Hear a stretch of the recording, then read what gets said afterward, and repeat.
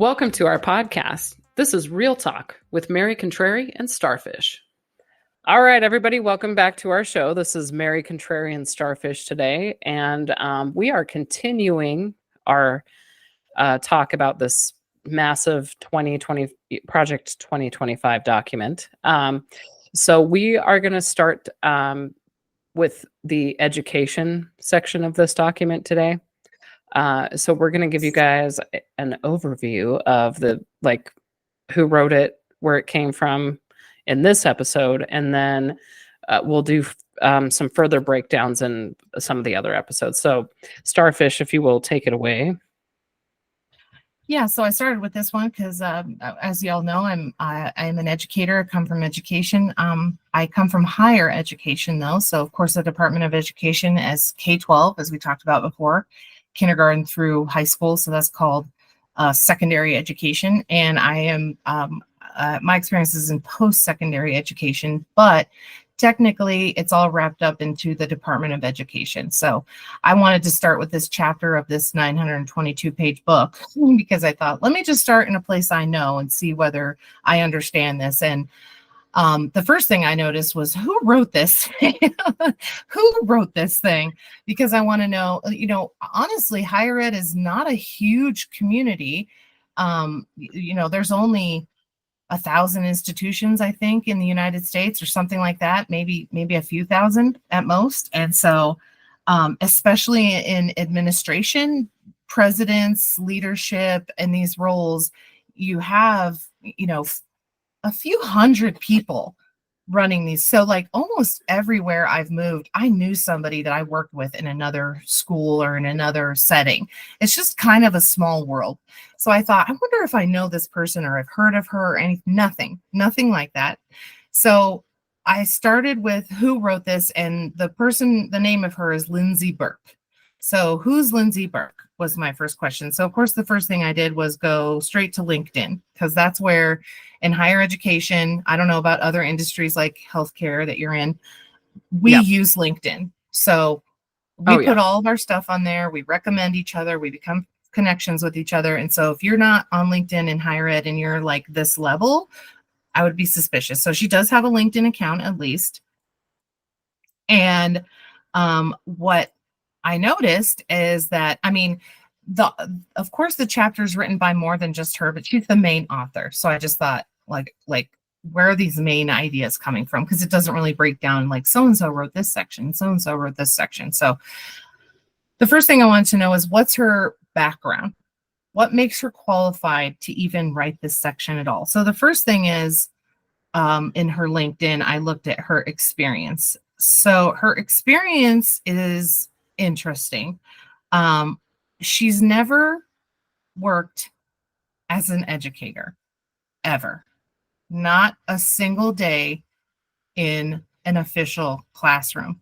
Wow, really? Not one day. So is that including, that's any type of educational setting? Like we're talking like higher ed and K through 12, none of that? She's never been in any of that, Starfish?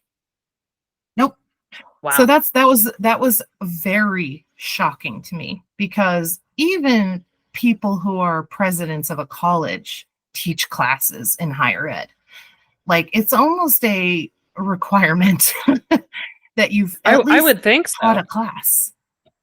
It's like an unspoken rule that you really need to be in the classroom to really know what the F you're talking about. I mean, it happens. I do know some people who've never taught, but it's pretty rare. Especially as I entered more of the data world, there were fewer people who had actually taught, because these are data nerds and they're not teachers and stuff. But you work your way into higher education through, or a lot of education through adjunct instruction is what they call it. So you're an adjunct, you are part-time, you have no benefits, you get paid by the class.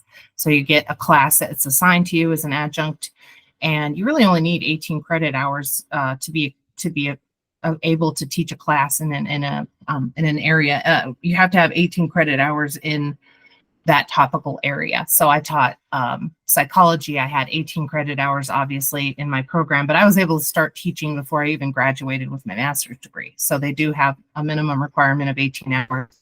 But I mean, you start teaching in these adjunct classes so that you can get to know people and you can understand the college that you want to work at, or any college. People just jump right into these adjunct roles all the time. Even when you're working full time, you still probably teach a class here or there. It's just a normal thing. We all did it. And so it's just appalling to me that she'd never been in the classroom once. Not only that, but she's never actually worked at any education institution. Never. Yeah. Okay. So here's her background. Okay. She started working at this place called Donor Town Square, Inc.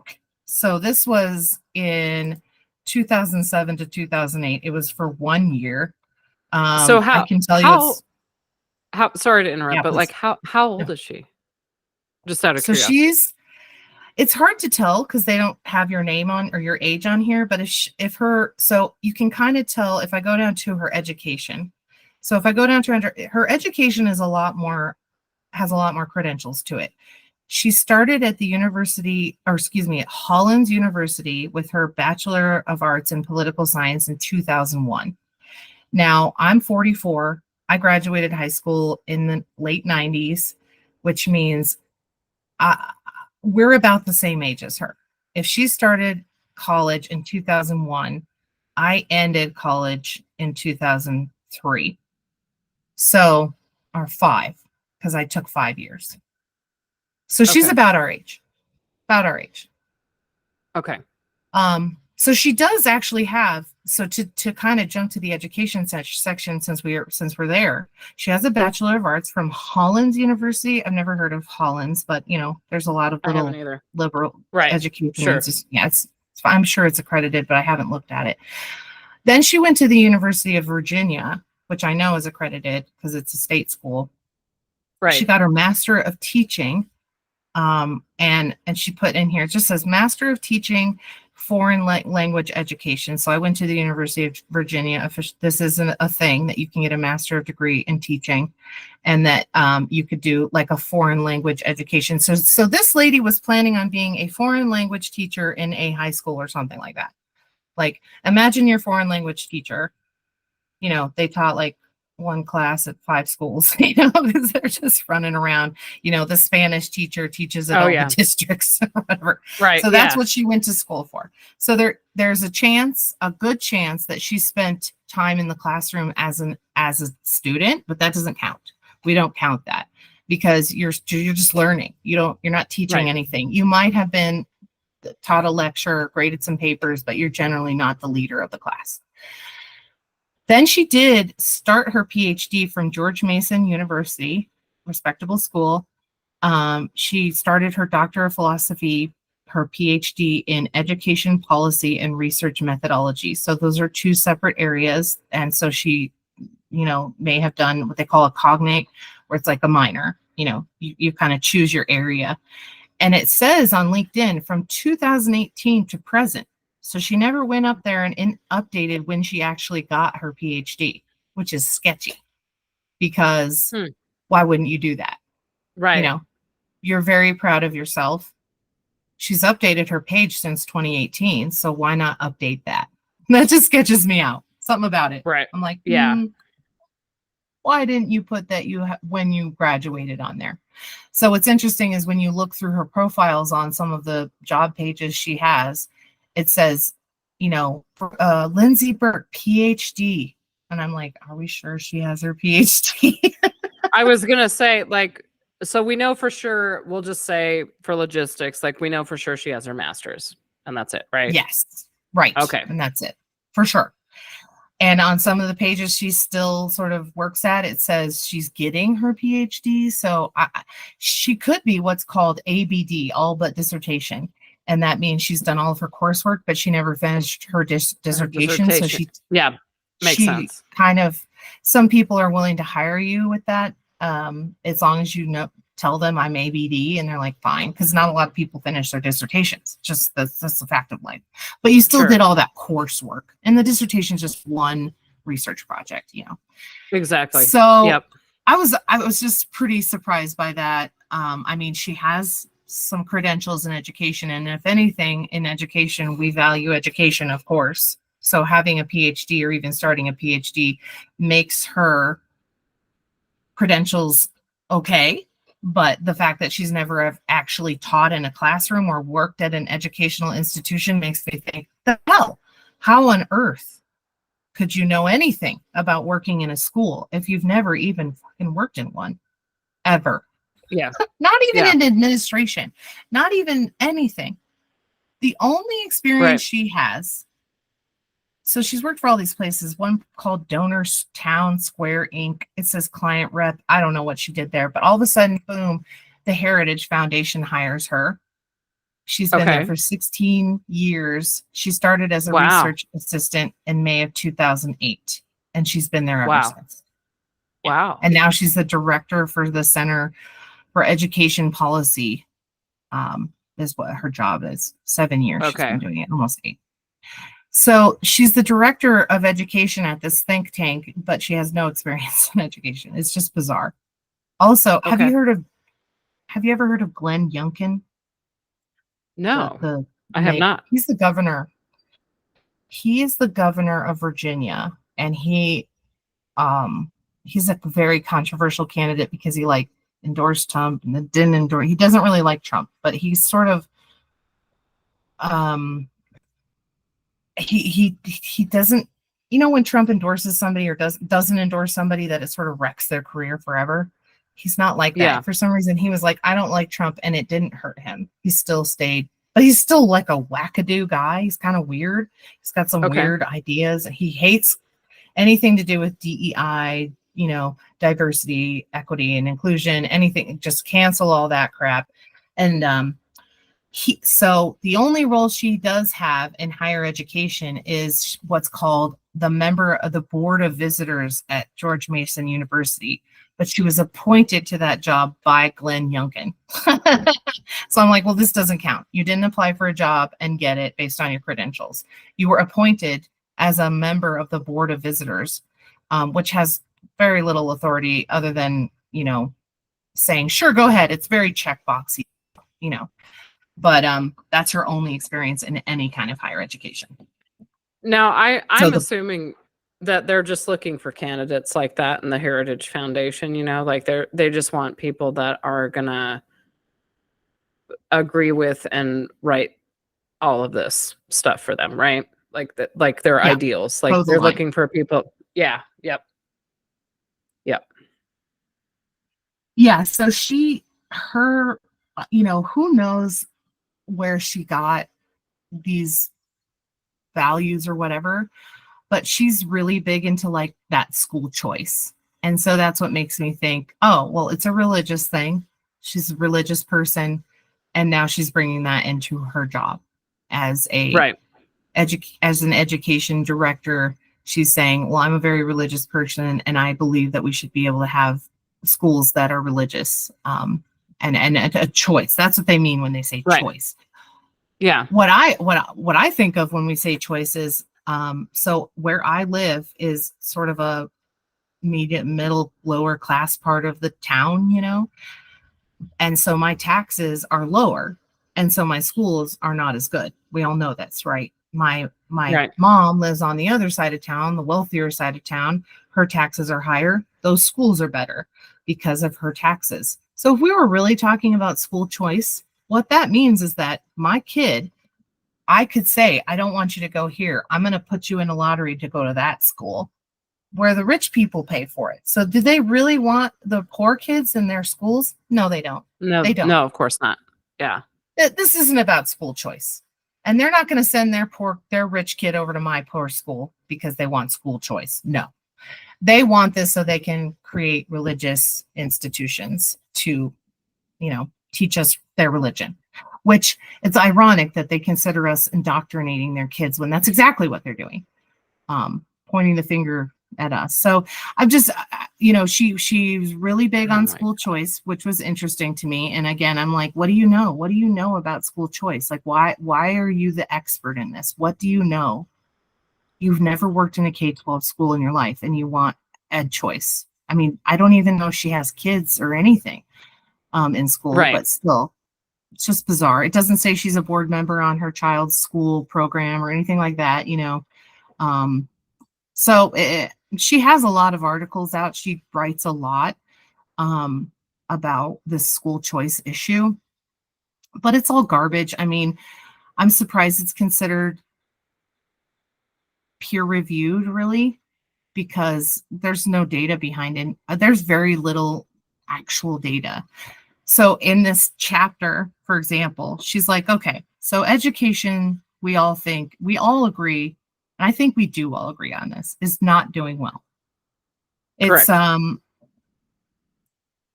It's just not producing people that we want it to produce.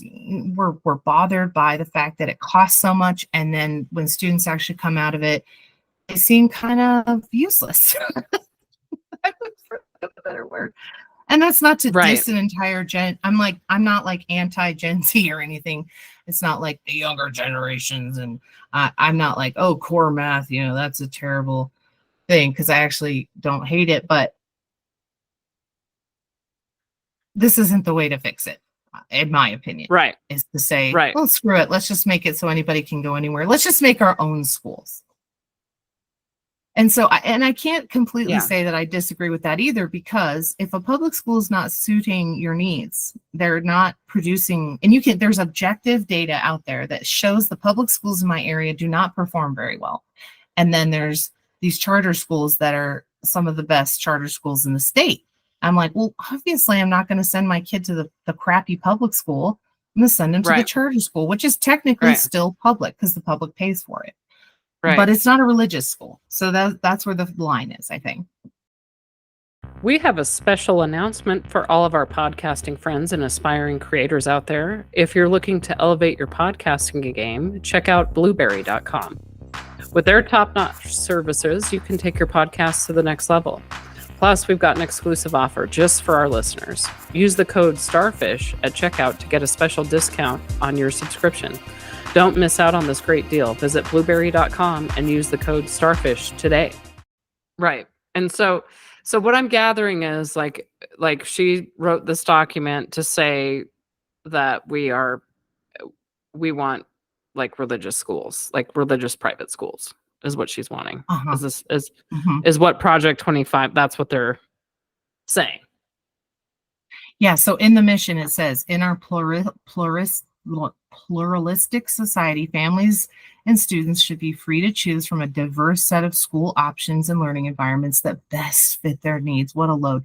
Our post-secondary institutions should also reflect such diversity, with room for not only traditional liberal arts colleges and research universities, but also faith-based institutions, career schools, military academies, and lifelong learning programs. So let me just say, as somebody who's worked in higher education institutions are not all traditional liberal arts colleges. Most institutions are public. They're not traditional liberal arts colleges. Let's just take some colleges here in Colorado. CU Boulder, CSU, UNC, all public schools. Metro State. Those are public post-secondary institutions. And they're not liberal arts colleges. Only two of them are, well, actually, I guess UNC probably is a research institution too. And I think Metro's trying to become one, but I don't know if they are one right now. They were a community college or 2-year for a long time, or just a 4-year college, right? They were community. Now they're university. Yeah. Right. They upgraded to offering like doctoral programs. So yeah, when they say career schools, what they're talking about is career and technical education. So that's like, if you think of like a plumber or trade schools, a mechanic, trade schools. Yeah. Education institutions offer career programs. I hate this argument. This argument makes me the most annoyed of all. There is an assumption that you go to a 4-year college like Metro, say, and that the only classes you can take there are psychology and women's studies. And no, that's not true. I don't know about Metro, but I do know that the community colleges offer career and technical programs in police, fire, healthcare, automotive, welding, plumbing. Plumbing is one of those interesting programs that you can't make into an education program because they already have such a strong apprenticeship program. And the higher education institutions are like, can we get in on this? Can we offer the apprenticeship? Like, how do we, so that they don't have to like go through a union or find, something like that. So Yeah. It just really bugs me that they don't think of, especially community colleges. Community colleges in Colorado, 100%, no doubt. There's no argument. They offer career freaking classes. Okay, you can become a welder going to Community College of Denver, and that's that. You can become an automotive technician going to Community College of Denver. So F you with this career school BS. It just ticks me off. So there's one thing. Right. That's and wrong. So this is just stuff that like she just pulled out of her butt, or like what? Of course. This is just stuff they don't know. Like that someone's telling her to put there. Like, I'm just wondering like how that. I mean, I hear this argument a lot that like, you see these memes on Facebook and they're like, bring back the trade schools. And I'm like, you guys, they are there. They just changed their name. They changed their name in the 90s to get away from that trade school mentality, because people don't want their kids to become a plumber. That's just that. Okay. Let's just all be honest. Nobody's like, gosh, I really hope my kid becomes a plumber someday. Unless you're like freaking Mario Brothers and it runs your family. I'm just saying, I mean, plumbers make a shit ton of money. I'm just saying. They do. And you should become a plumber. Great job. I would never say, but for the most part, if we look at the problem, people think it's the schools that are pushing a liberal arts program on them, but it's not true. We actually push them into career and technical programs first, because you can make money doing that right off the bat. If you want to just jump into accounting or bookkeeping or computers, here you go. Here's a certificate that's maybe, I think the smallest certificate they have in the state of Colorado is a 1-course program to become a CRN, which is very, very minimal skills, like a minimal. You're basically babysitting. You're not giving any medicine or anything like that, right? You know what a CRN is, right? Am I right? No. Is this the right terminology? A CNA, you mean? Oh, I'm sorry. Yeah, certified nursing CNA. assistant. Yeah, certified nursing assistant. Yeah. Where did I get that other acronym? I don't even know. But yes, CNA, exactly. That's one class. They actually offer it in high school because they're like, might as well give it to high school kids, and then they already have their CNA by the time they graduate, Right, yeah. So there's a lot. There's certificates in automotive. There's certificates in so many things. I can't even tell you. Dozens, because they wanted to make that more of an option for people to make money immediately. So trade schools are colleges. They're the same thing. And to diss on colleges like that they don't offer these programs it's just false. It's false. So they're pushing this narrative that get rid of these liberal arts schools. What's fun? The funnest part is that a lot of these career and technical programs require liberal arts classes like English and math. Because if you go talk to the police chief, he's like, why can't people write when they get out of your program? They know everything about being a cop, except they still don't know how to write, and they don't know how to deal with people. So then we started adding like psychology courses and psychology in the workplace. And, it's like, that's the education part. Education is soft skills. These skills like being able to research, being able to think, being able to problem solve, critical thinking, problem solving, writing. Those are core critical educational competencies that most institutions expect you to have when you graduate, even if you get a trade school degree. So that's the liberal education they're talking about. And I don't know. I feel like they just don't want higher ed. They just don't want it. They just want you to go get a quick training class and get into your job. I mean, and they have an argument against it for sure. This is part of the 1% agenda that has been for centuries. We've been doing this for centuries as humanity. We want to keep the working class stupid, right? So then we can control them. Then the 1%. Well, I'm smarter than you because I'm a millionaire or a billionaire. So obviously I've more successful than you, have higher education than you. So we're going to dumb down your education so that you can't get to my level. That's what it is. It's all about being king of the castle. That's all They this don't is. even want you to be educated. I think they would just be Right. happy if you worked on a farm and plumbed their house. You know, that's what they want. They want you to Yep. be their slave, essentially. Yeah. Yeah. They So just want slave workers. they do, and they would have it if they could. That was how we started, and that's what we walked away from. So, yeah, education as an equalizer. I mean, I do see the argument of, okay, now we have a problem with money, and this is where I start to kind of, I'm going to start to kind of move into one of the actual issues. So one of the issues in this document is that they want to take away financial aid from what's called accreditation. So you guys have heard accreditation, you know, you told go to an accredited school, right? Well, Right. an accredited school means that they go through this process, and the process is extremely difficult. It's very, very, it's not perfect, and it does not tell you whether that school is awesome. All it tells you is that it met the minimum requirements. There's no scale. And so that's where I think even us, like I've been through an accreditation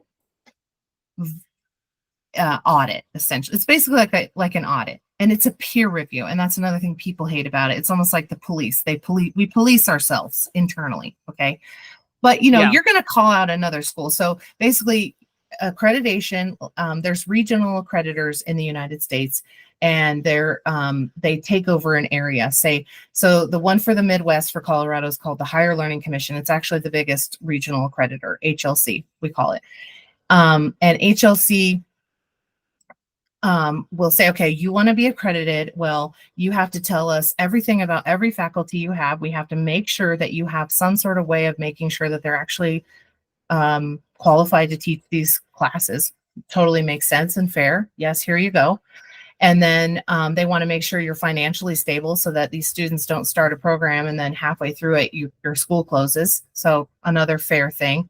What they have not been really focusing on, though, is did they learn anything? You know, did they learn? Is this a quality institution? So after, you know, during, I remember during a visit when the peers came to the site that I was on, I've been through many of these, but one of them in particular just really stuck out to me because afterwards I was sitting around talking with some of my friends and colleagues who worked at the institution, and they said, so how do we do? And I said, we passed. And they said, that's all it is? It is a pass fail thing, essentially. You're either accredited or you're not. Now you can be what they call on probation or on sanctioned, and that means, so here's where it comes in for these guys.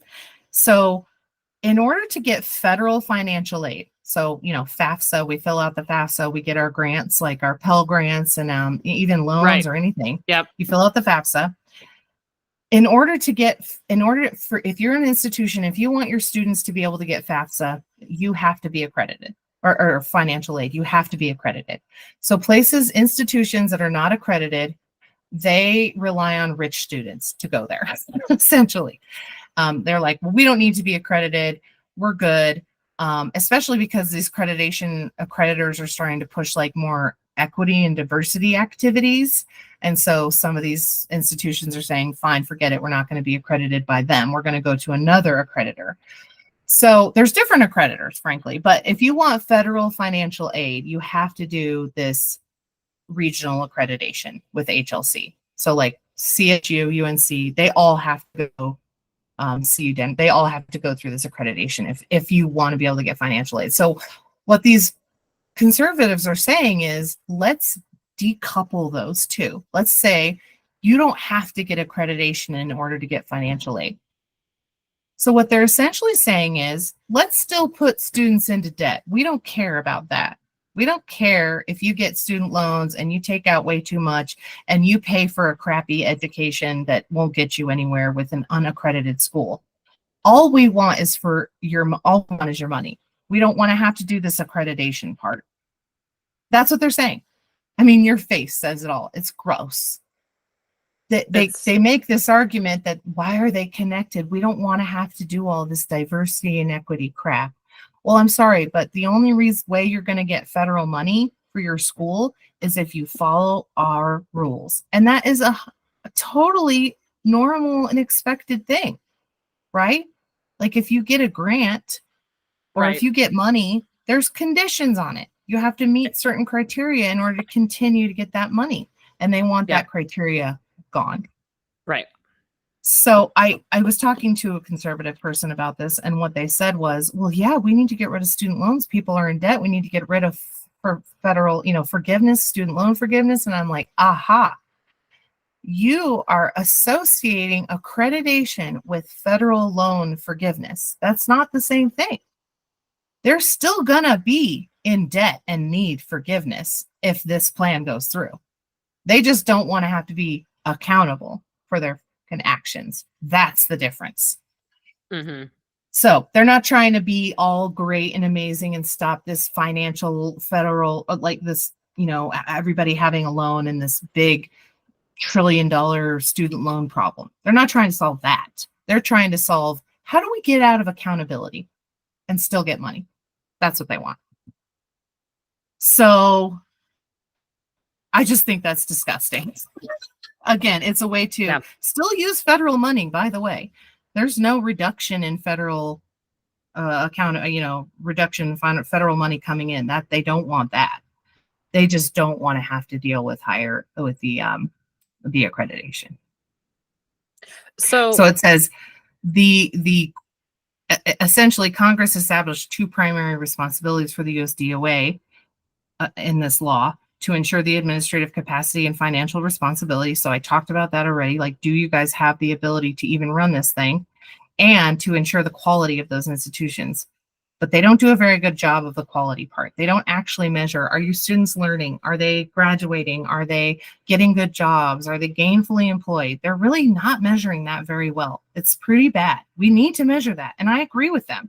We are not measuring whether, this is one reason I wanted to leave higher ed, is because they are measuring how many students are enrolled and how much money they get. They don't care whether you finish. They just want to get new people in the door, and they don't care whether you finish. Now, they try to care. They try to want to care.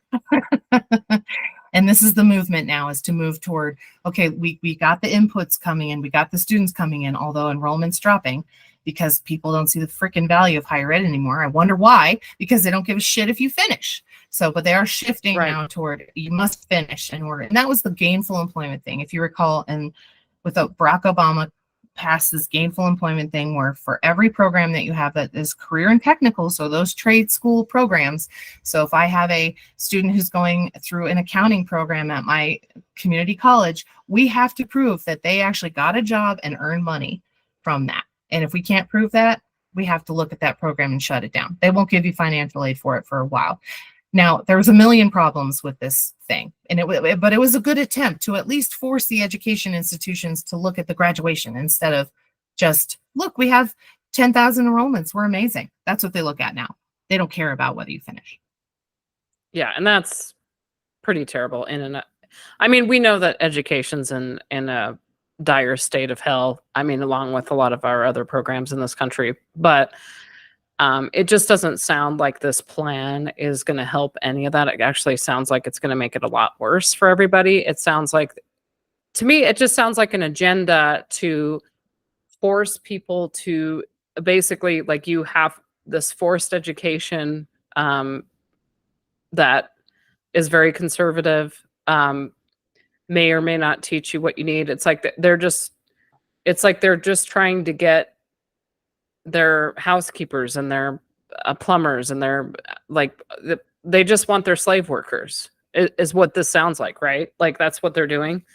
Like, we'll make it easy for people that want to work in these jobs and then not go any further with anything. Is that what I'm getting the gist of? Yeah. I mean, of course they want lawyers and doctors too, but that's about it. The lawyers and doctors are acceptable, and then everybody else needs to go to trade school. No psychology degrees, no liberal arts degrees, nothing of that sort. We don't want probably no fine arts, probably, right? No, No fine no, arts. there should be no Okay. degrees in any of these things. If you can make a career at, if you can make a job at it.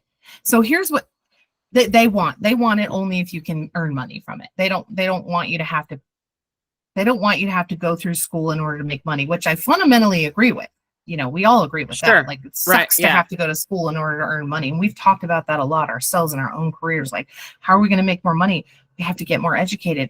Come on, we're already so educated and we have so much experience. 20 years of experience I have in higher education. You know, give me a break.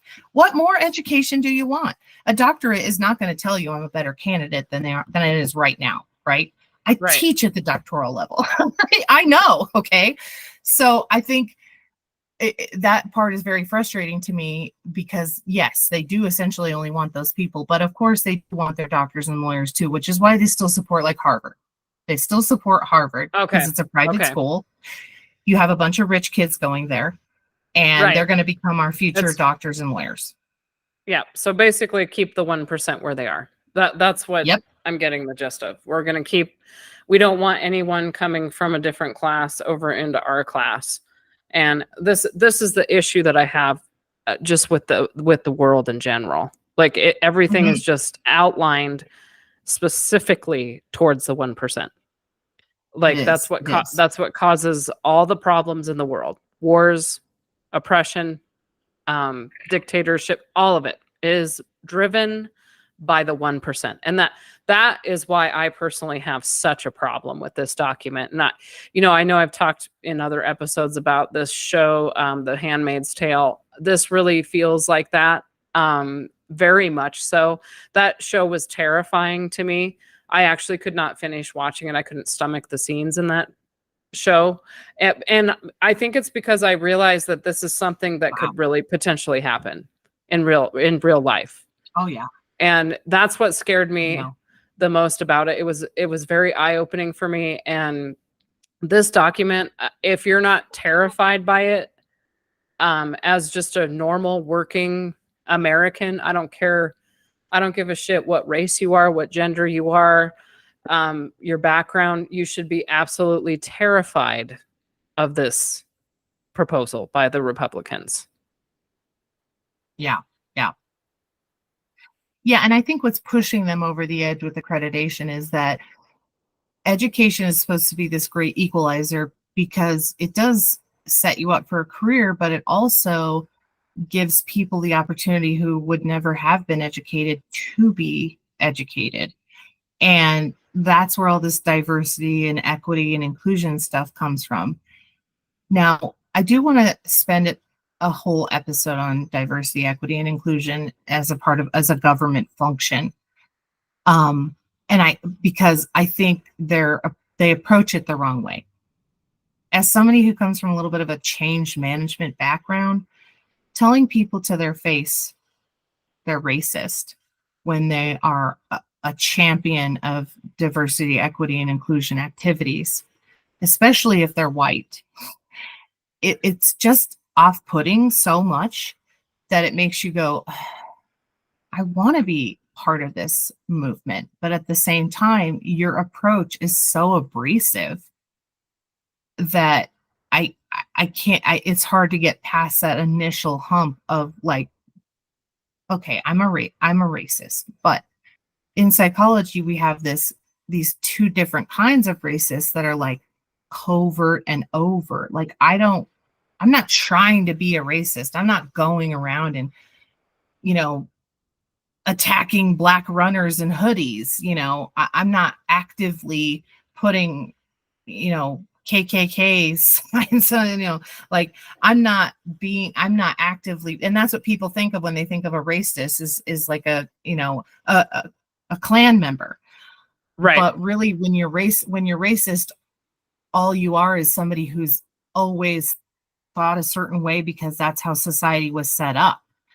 And you're not overtly racist, you're covertly racist. So you have these ideas in your mind that are probably wrong about other cultures and people. And so I get that, but I just think their approach has been so abrasive that that's why they've said we're cutting this off.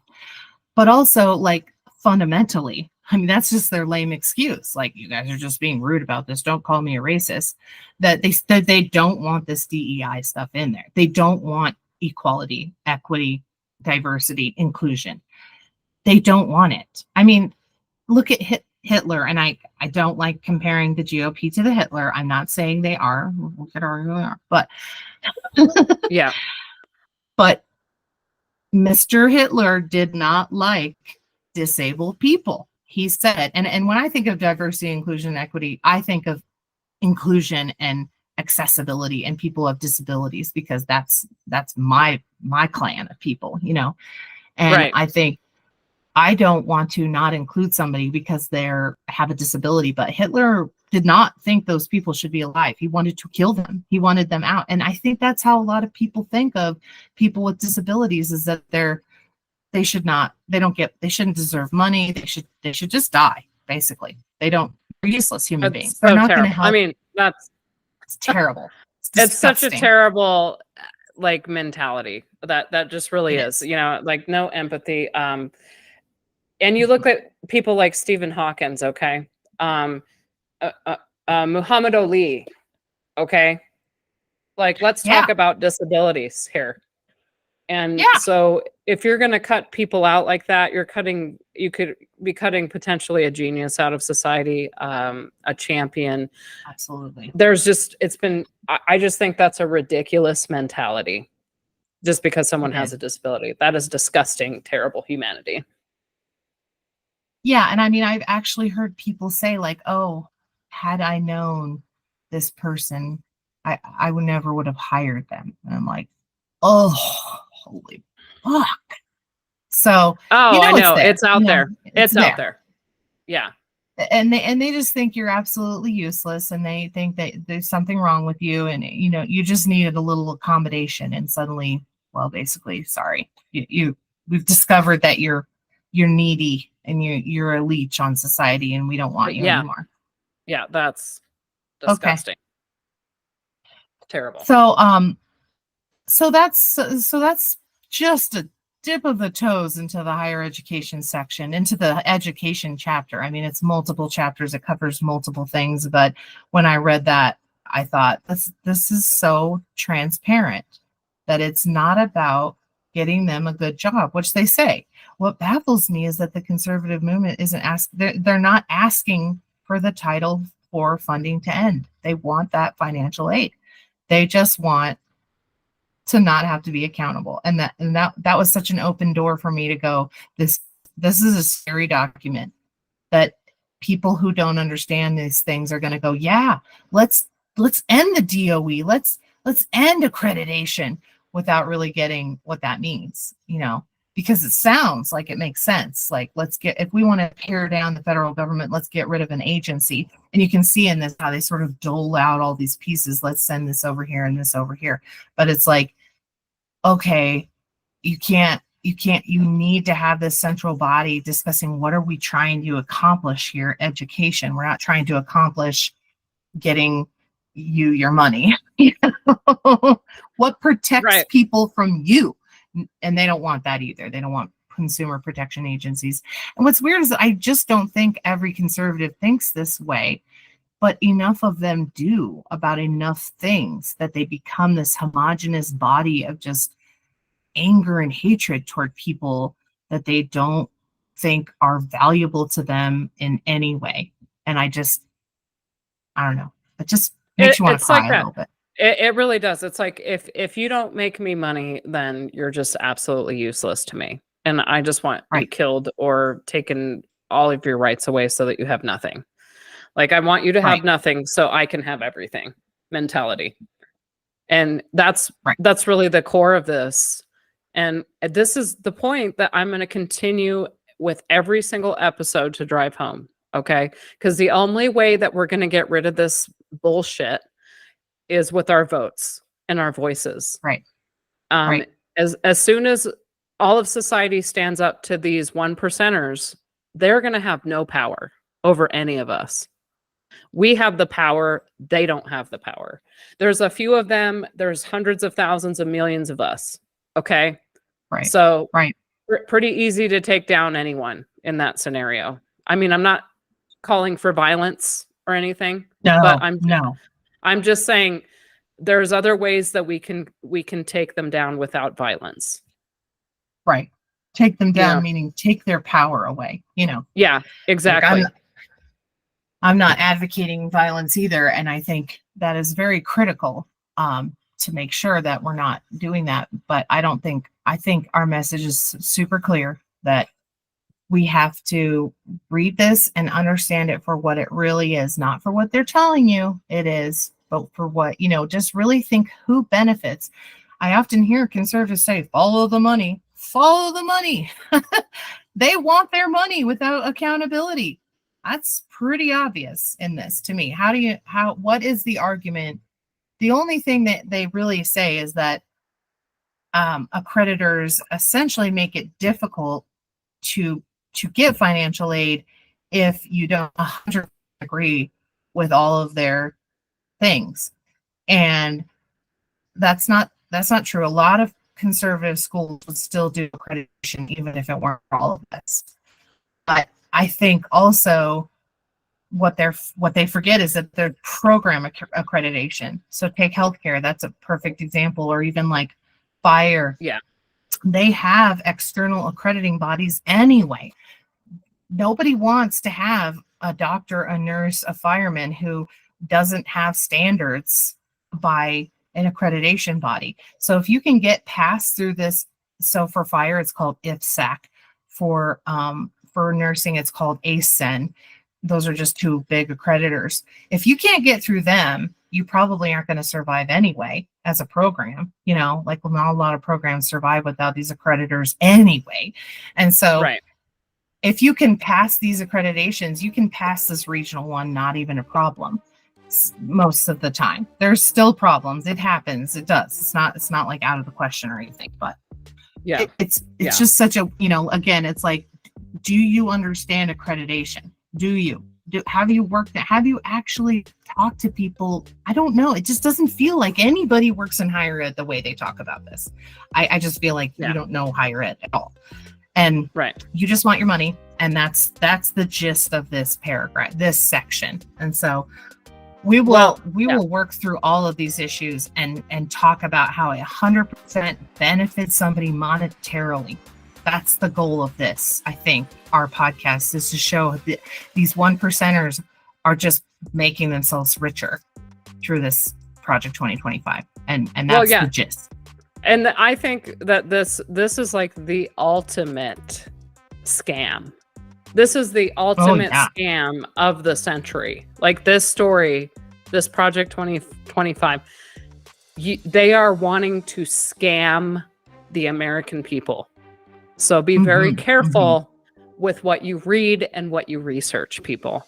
Because this stuff is terrifying. All of our other little fun stories that we did that only affected a few, this is like going to affect everybody. So that's why it is so important that we talk about this in particular. So yeah, for sure. Well, that was another very fascinating topic that I could talk about endlessly. Honestly. Oh yeah, absolutely. And if you want all the nitty gritty details about accreditation, I'm your man. Well, man. Yeah, and the next we'll dive deeper the next episode into more of like the educational portion. Like I said, we're going to try to every week we're going to try to break down each of these sections and discuss it further. But anyway, thank you all for tuning in today, and please be safe and stay informed. Thanks everyone for listening to Real Talk. Don't forget to subscribe to our podcast wherever you listen.